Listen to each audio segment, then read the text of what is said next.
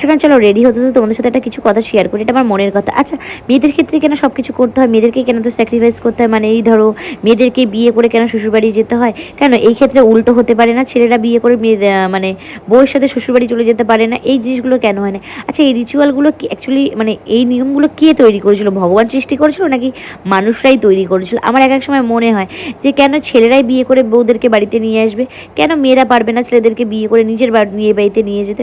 কেমন না জিনিসটা মানে ভাবলে কেমন আবার লাগে, যেই বাবা মা ছোটো থেকে বড় করলো সব কিছু করলো আর মেয়েদেরকে বিয়ে দিয়ে দিলে সেই মেয়েটাই নাকি পর হয়ে যায়। মানে সব কিছু মেয়েদের ক্ষেত্রেই হয়, ছেলেদের ক্ষেত্রে এইসব জিনিস হয় না কেন? আমি শুধু জাস্ট ভাবি এই জিনিসগুলো কে অ্যাকচুয়ালি সৃষ্টি করেছিল। আমি না মায়ের সাথে ভাবি যে সব কিছু কেন ছেলেদের ক্ষেত্রেই হয়, মেয়েদের ক্ষেত্রে কেন এই জিনিসগুলো হয় না, কেন সবসময় মেয়েরা এত স্যাক্রিফাইস করবে? তো কি ঠিক বললাম তো? কমেন্টে কিন্তু জানাতে ভুলো না।